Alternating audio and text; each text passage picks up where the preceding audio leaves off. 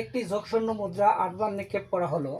3টি হেড পড়ার সম্ভাবনা, হেড না পড়ার সম্ভাবনা, কমপক্ষে 4টি হেড পড়ার সম্ভাবনা নির্ণয় করো। তাহলে নমুনার সংখ্যা হলো 8, এখানে 8 লেখা আছে। সফলতা 0.5, বিফলতা 0.5।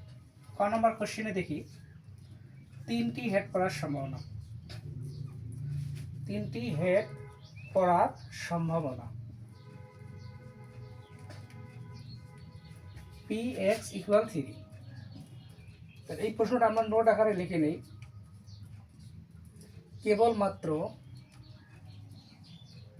শুধু ঠিক, এগুলো থাকলে কি হবে? সমান চিহ্ন হবে। কি হবে? সমান চিহ্ন থাকবে। এগুলো হবে কি চিহ্ন? সমান চিহ্ন হবে।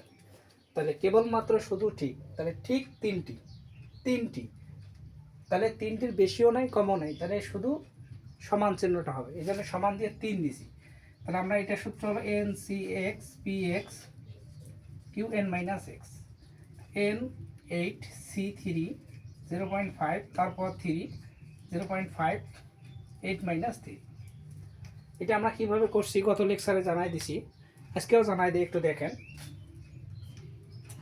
তাহলে 8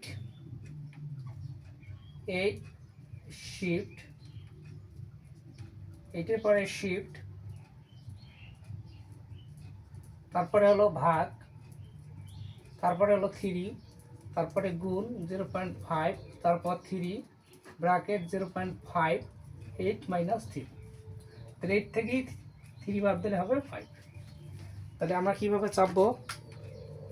8 শিফট ভাগ 3 গুণন ব্র্যাকেট 0.5, তারপর হলো 3 ব্র্যাকেট 0.5, তারপর হলো 5। তাহলে 0 পয়েন্ট হলো 21875।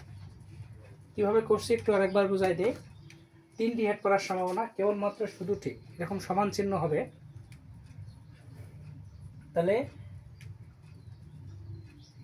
x = 3, NCX PX Qn-x, 8 shift ভাগ 3, তার মানে এখানে যে 3 চাচ্ছি, p এর মান 0.5, q এর মানও 0.5 8 - 3। তাহলে 0. এটা আমরা কিভাবে করব? 8 শিফট ভাগ 3 গুণন 0.5, তারপর 3 ব্র্যাকেট 0.5, তারপর হলো 5। কেমন করে? এটা থেকে 3 বাদ দিলে 5।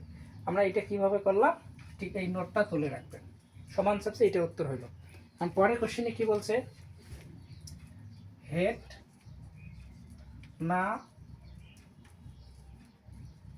না পড়ার সম্ভাবনা। তাহলে x এর জায়গায় কি হবে? 0 হবে। তাহলে x এর জায়গায় আমরা কি দিব? 0।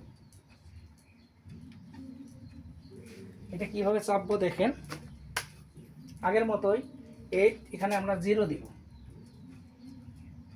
এখানে আমরা 0 দিব, আর এখানে 8 দিব। তাহলে 8 শিফট ভাগ 0 গুণন ব্র্যাকেট 0.5, তারপর হলো কত? 0 চাপবো, ব্র্যাকেট 0.5, তারপর হলো 8 চাপবো। তাহলে এখানে 0.003390625। এটা কিভাবে করছি? ইনভার্স আসছে, বুঝাই দিচ্ছি। এখানে 3.90625 দিয়ে ইনভার্স এরকম আসছে। যদি ইনভার্স আসে আমরা 3টা 0 নেব, 1 2 3, তারপরে হলো 39625। তাহলে এখানে একটার পরে দশমিক দেব। আর 3 নাম্বারটা আমার কমেন্টের মাধ্যমে জানাই।